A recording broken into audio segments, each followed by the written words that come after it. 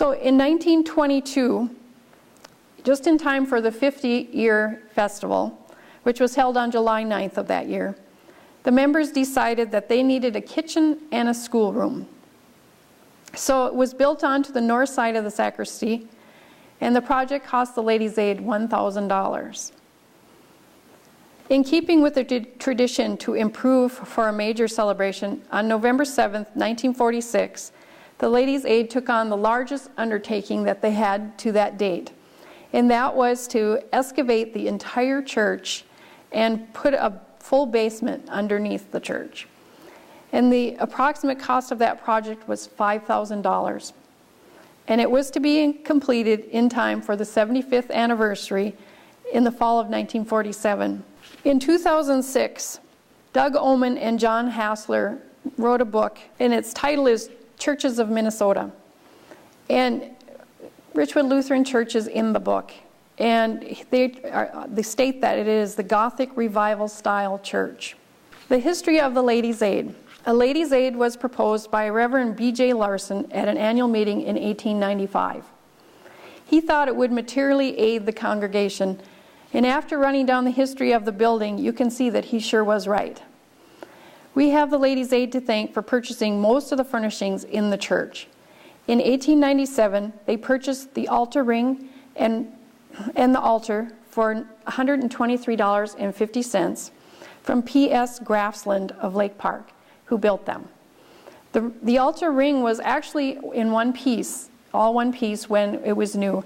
One of the ministers down through the ages wanted to be able to walk closer toward the congregation, so he requested that there was a center part cut out of that ring so he could come forward. The Ladies' Aid also commissioned Miss Minnie Martinson of Lake Park to paint in oils Christ in Gathsemane on the altar. Miss Martinson returned $5 to the church as a gift, making the cost of the painting $100. And I was very glad to see that Minnie Martinson signed the painting down in the corner. And I'm also told that she painted quite a few altars in the area in different churches. She was a very talented lady. In 1900, the Ladies' Aid added another vital piece of equipment for church services, the pulpit. They paid $60.75 to have our pulpit built. The Ladies' Aid were also keenly interested in missions. Some of the favorite missions were the Seamen's Mission, Concordia College's Building Fund, and I noticed it was right around World War I that they started donating to the American Red Cross. Ladies' Aid is kind of like a club in the church, and they meet. Nowadays we meet once a month, but I think it's harder now for people to get together. But back then they might have actually met more often. But they did a lot of planning in the church. Well, we'd have kind of a program, you know. We'd go to different places and give programs. And yeah, we went to different churches. We went to St. Peter's, I can remember that. Yeah. And was it Atlanta? Yeah. We went to some places far away. We even went to First Lutheran Church. We'd have singing and reading, and we'd all get up and sing together. Yeah. It would be something like that. But when we had real Ladies' Aid, then we'd have kind of a Bible study. And that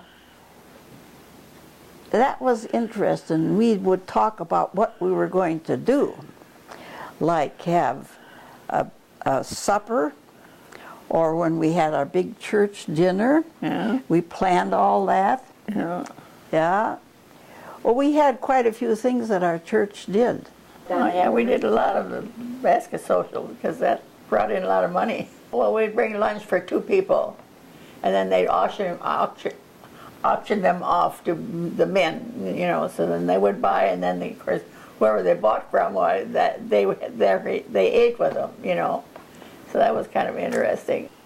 Certain aspects of the church haven't changed. The Ladies' Aid will be funding the projects we have in the works to be completed by our 140th anniversary celebration on July 1st. And of course, you can't miss our chandelier, so we have to talk about that. When the Men's Brotherhood, yes, I said the Men's Brotherhood, not the Ladies' Aid, the Men's Brotherhood electrified our church.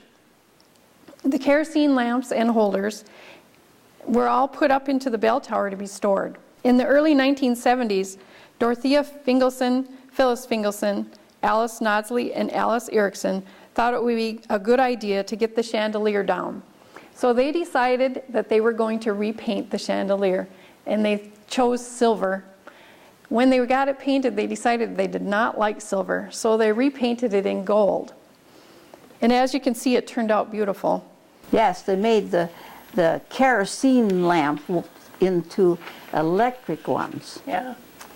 And I don't know what year it was, but Renee and I took down all those lamps, and I washed them and dried them, and she put them up again, and she washed the whole chandelier because it was getting dusty and dirty. Sure.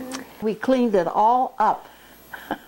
And she was crawling up there with that big ladder that the men bought, and I was down below and getting a hold of them and putting them on the pews. Well, it got done, and it was kind of fun. And they're still that way today. I don't know if anybody's been up there since. They also spent a lot of time scouting for new globes because some of the globes were broken. So they did manage to get the chandelier up in time for the 100th anniversary.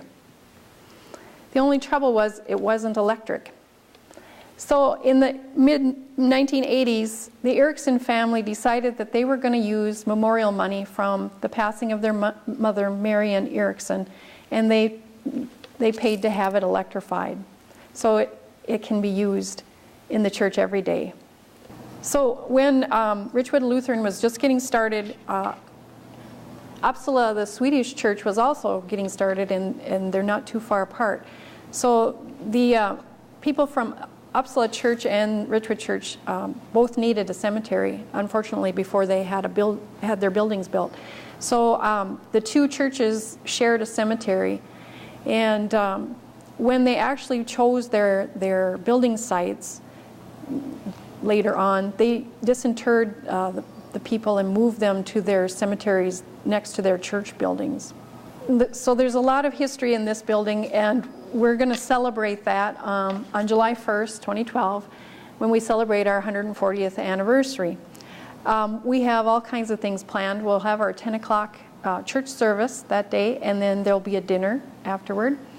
We are going to have horse and wagon rides, so we can see what the early settlers' mode of transportation to get to church was.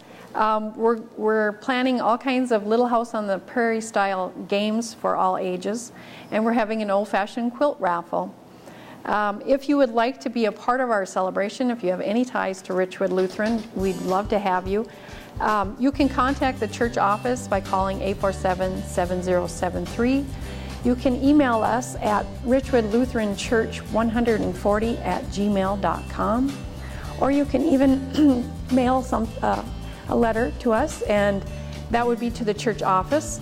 And the address there is 27492 County Highway 32, Detroit Lakes, 56501. Join us next week as we continue our story on the Richwood Church.